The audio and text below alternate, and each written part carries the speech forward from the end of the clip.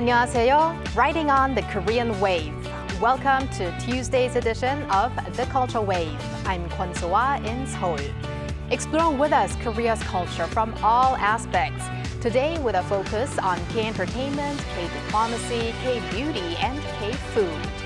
And today we're joined by my co-host Walter Lee in the studio. Hello, Walter. Hello, Soa, and hello to all our viewers at home. Walter Lee here to co-host alongside Soa and give you your daily dose of K-entertainment.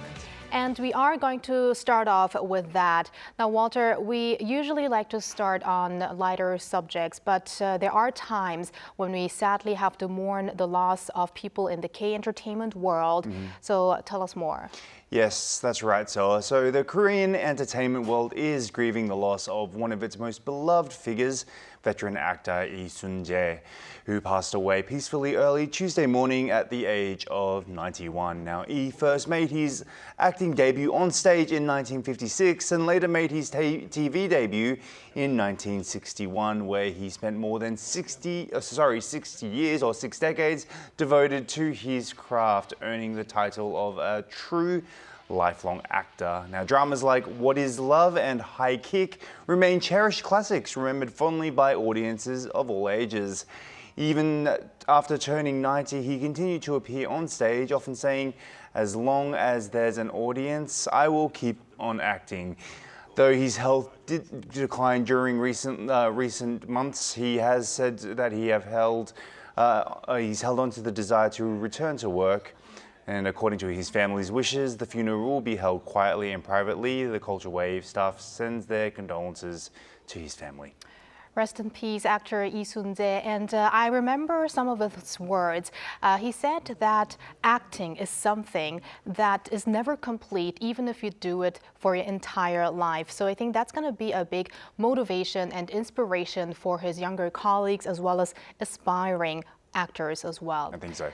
And now let's move on to some news regarding NCT Dream. Yes, let's indeed. So NCT Dream has reached another major milestone with the group's 6th mini album called Beat It Up. Now, announced by NCT Dream's agency SM Entertainment on Monday, the album surpassed 1 million in sales, meaning that this achievement is something that the group has now become the 10-time consecutive million seller since their debut. Now, the record has also drawn significant attention overseas, with multiple media outlets praising the group.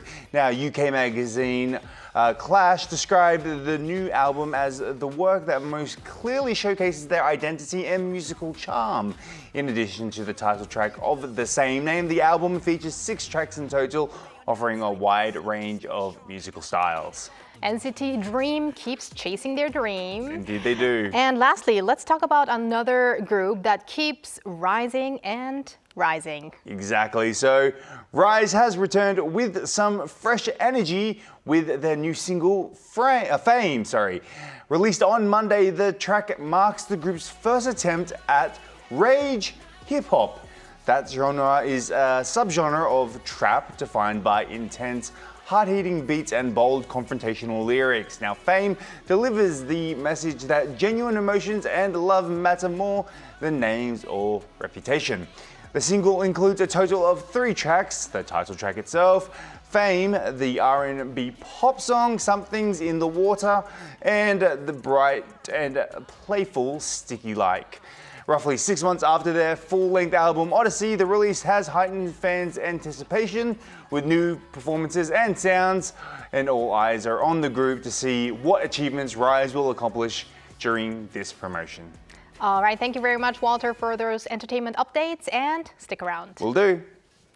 And now let's move over to Arang, our AI anchor, for more on the culture front. Arang? Hello and welcome to your AI guide to the latest cultural updates from Korea. Here's our top story. Marc Chagall's Bouquet de Fleurs has set a new record for the highest price ever fetched at a fine art auction in Korea.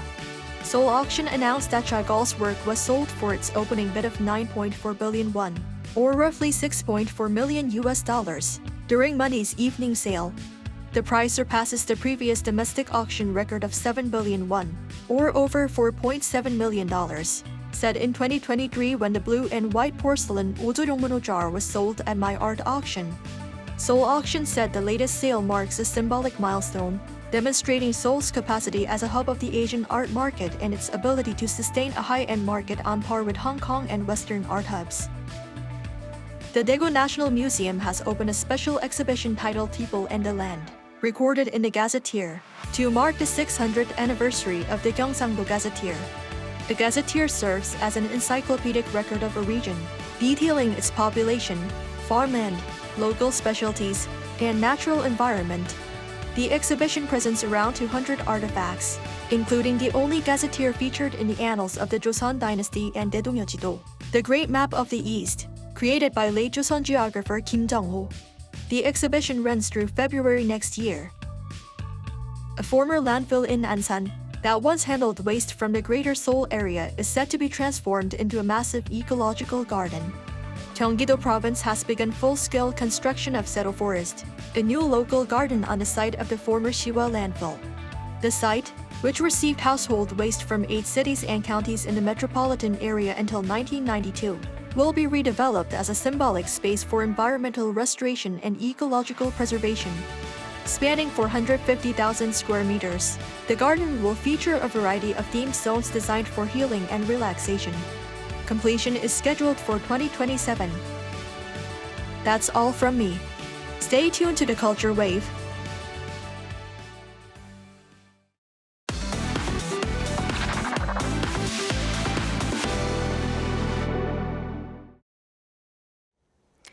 In celebration of the 60th anniversary of Korea-Japan diplomatic relations, a variety of cultural exchange events have taken place this year, and the month of November is no exception. From the play Yakiniku Dragon to the black comedy Trap, Jin has the story for us. Yakiniku Dragon, set in the 1970s in Japan's Kansai region, presents the story of a Korean family running a grilling restaurant. It is written and directed by Jung Hee-shin, a third-generation Korean born in Japan, bringing a piece of realist theater based on his own life and experiences of the time. I'm fond of all the characters, but especially the father. Many of his lines come directly from things my own father used to say. Chung drew significant attention in 2023 for adapting director Bong Joon-ho's film Parasite into a stage play. And this time he brings a spirited perspective to the discrimination experienced by immigrants. Korea-Japan relations have changed, and Japanese people have become more interested in Korea. But issues such as the presence and identity of Koreans in Japan have remained largely unseen. Recognized for its artistic merit in both countries, Yakiniku Dragon features actors such as Ko Soo-hee, an original cast member, and others from both Korea and Japan whose performances transcend language barriers. Also on display this November is Trap, adapted and directed by Ha Soo-min from a short story by Swiss playwright Friedrich Dürrenmatt. The play follows a protagonist who, after a car accident, ends up staying in a rural village and becomes involved in a mock trial held in a retired judge's home, leading to a series of unexpected events. It is a black comedy that exposes the uncomfortable truths beneath the laughter, and the production has welcomed actor Park Gon-young to the cast. Rather than facing the stage straight on, the theater's seats are arranged on 3 sides surrounding the stage, allowing audiences to observe the actors' psychological shifts up close and having the effect of experiencing the play as jurors themselves. Trap is at the Sejong Center for the Performing Arts until November 30th. 이은진, 아리랑 뉴스.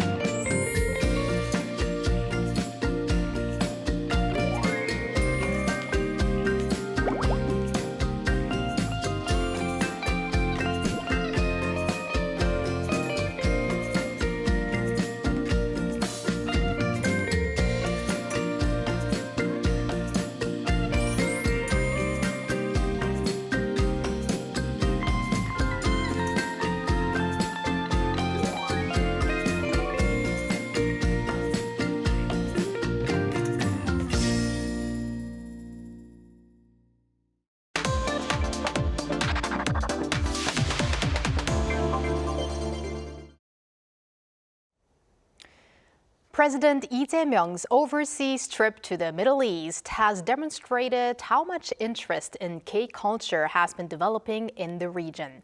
That includes K-beauty and K-food, which have been growing their presence thanks to things like halal certification. Today, we'll discuss why these sectors are gaining more and more attention in the Middle East with David Tizard, Professor of Korean Studies at Seoul Women's University and Hanyang University. Hello, Professor Tizard. Hello, Professor. Good afternoon. It's wonderful to see you both, and thank you for having me back. Always exciting to have you on this show. Now, first off, marking President Lee's first trip to the Middle East since taking office, aspects of the Korean wave, such as K-beauty and K-food, as I mentioned, are being frequently featured in the media. So was there anything you saw in reports that you thought noteworthy or that maybe impressed you? Yeah, that's a fabulous question. Thank you for it. And there were lots of things. I think perhaps the most interesting thing is that now when we see discussions about South Korea and the Middle East, it's no longer focused purely on economics or security, but rather you see this sort of K-culture, you see the Hallyu, you see the dramas, the beauty and the food, all sat alongside these discussions and fitting in seamlessly.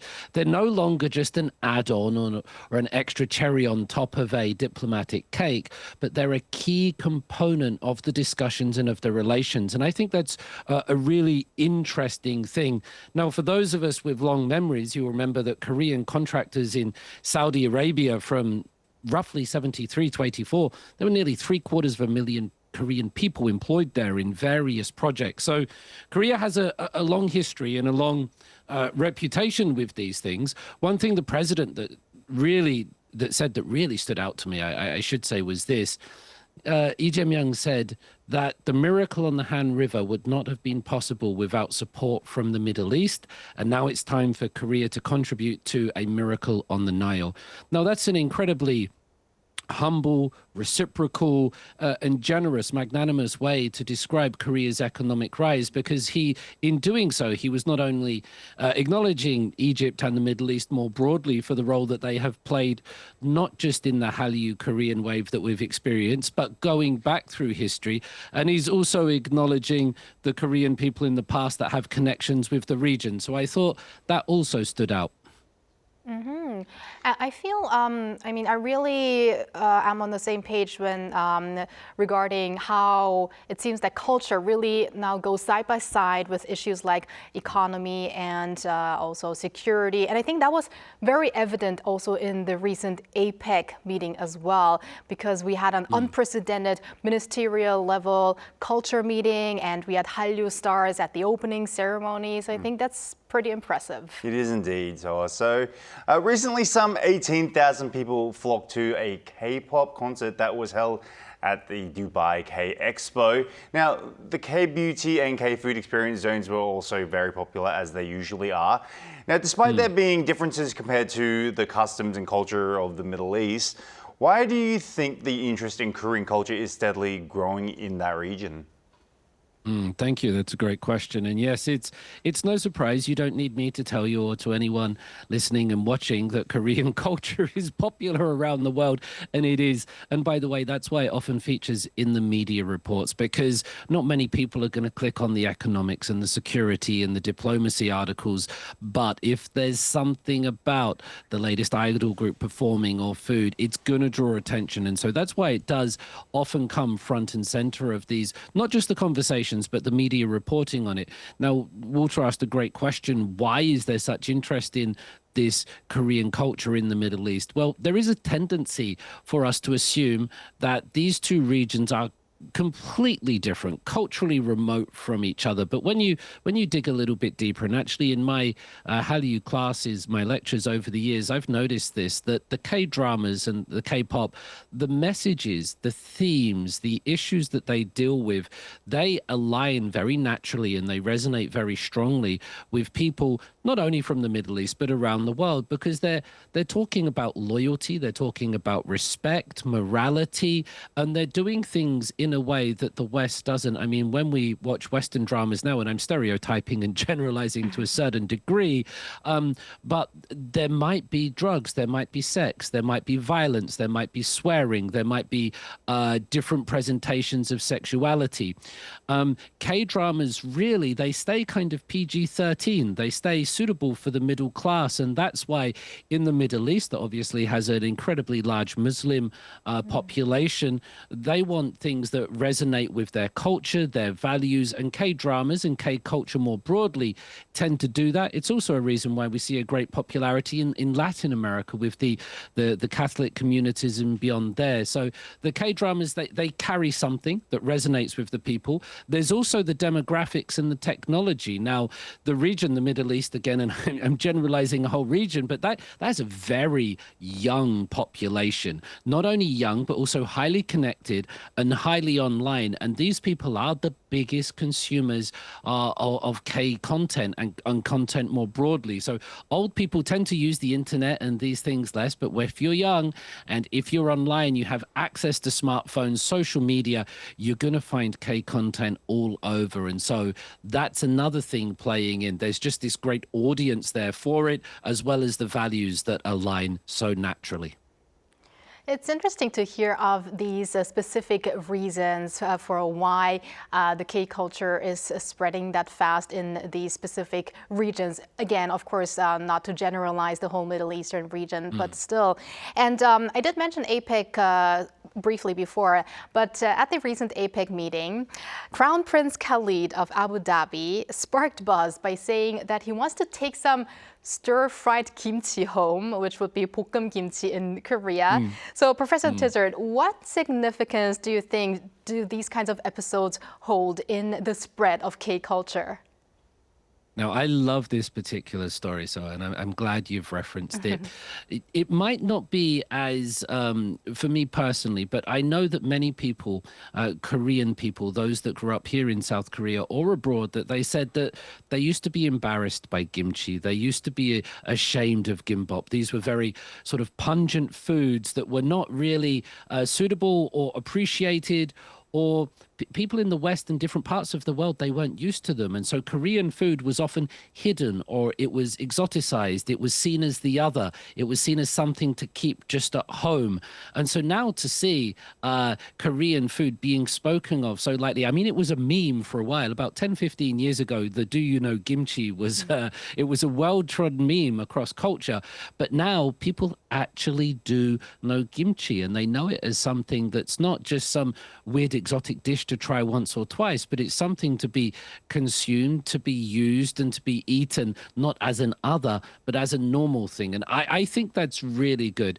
Then the question comes is, as kimchi does go around the world, as it does go to parts of the Middle East, and crown princes say they want to eat it, how will it be consumed, and how will Koreans react to that? I know when I suggest to my family that we have a grilled sandwich of cheese, bacon, and kimchi, they look at me somewhat aghast, as if to say, you're not allowed to do that with kimchi.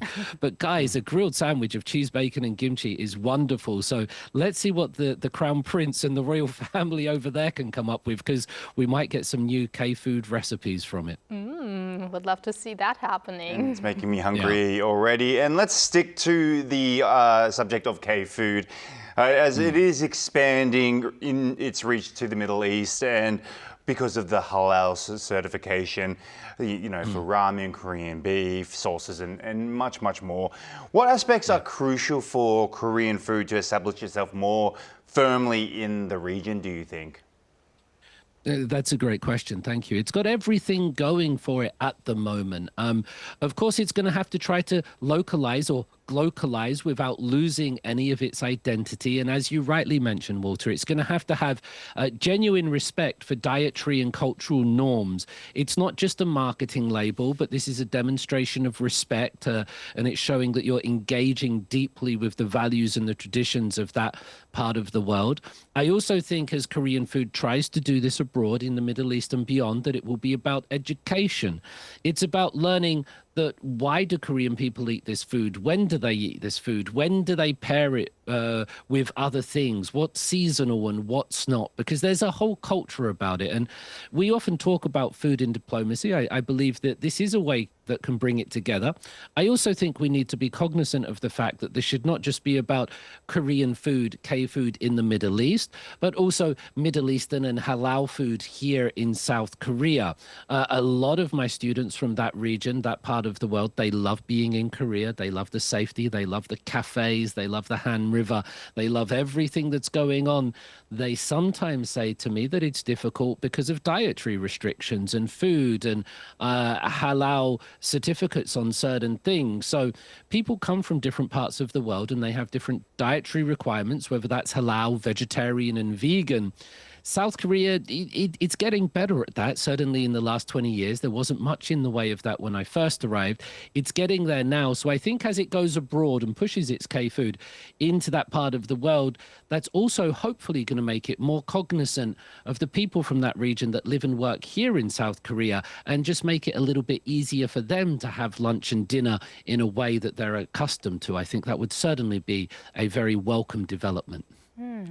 And Professor Tizard, let's now move from K-food to K-beauty. So the Middle East is considered as one of the world's biggest beauty consumers, and Korean beauty products are selling well as well. So how can we interpret that in connection with the influence of the K-wave? Well, Soa, you're talking about K-beauty, so you asked exactly the right person, I can assure you. Look at me. Okay. It's really interesting that K-pop does dominate a lot of the headlines, but when I speak to people, international students, their time here, and even my friends back home, K-beauty is such a huge driver of this this industry, this fascination with Korea. I asked one student a couple of days ago what recommendations did she have for people coming here to Korea from that part of the world, and one of the first things she said was make sure you get a membership point card for the local K-beauty stores because you're going to spend a lot of money there. Now, K-beauty, it feels so very modern, it feels very innovative, it has these association with high-level celebrities. So if the K-drama actor, if the K-pop singer, if the rapper that you love is associated, is a brand ambassador for this particular element of K-beauty, as a fan, you're not only going to want to buy it, you're going to want to buy sort of multiple versions of it. You're going to want to post it on your social media, and then you're going to talk about it with your friends. K-beauty really does have a positive association around the world. Sort of academics and critics, they might look at K-pop and K-dramas and sometimes pull them apart and get into the weeds of what about it is good and not.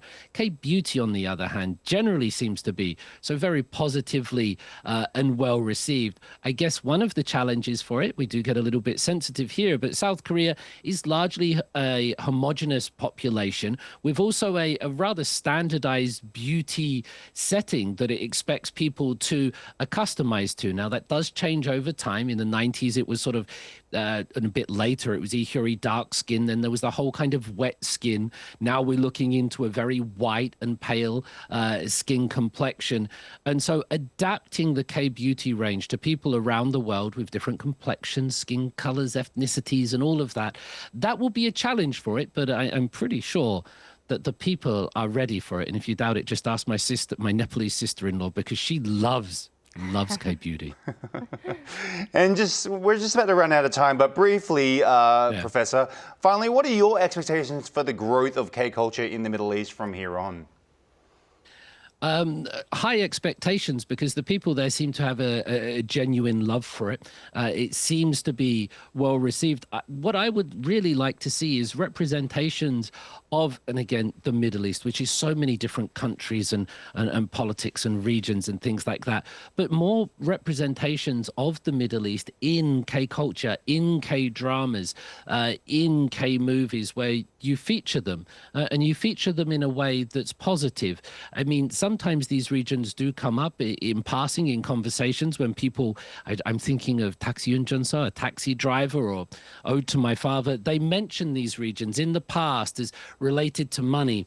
But I think it would be really interesting to see this region portrayed positively through media, through K-dramas, in a way that's sort of not stereotypical, but meaningful and providing representation. And I think that would be a huge boon, not only to Korea, but also to the people from the Middle East who would love to see themselves and people like them in a drama like that. Just imagine. I'm sure the people are already writing the scenarios.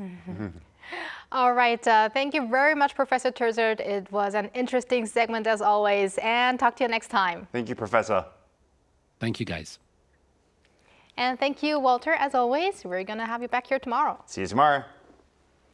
Thank you for spending the past half an hour with us on the Cultural Wave. Please join us again tomorrow on Wednesday at 2 p.m. Korea time and maybe one day here in Korea.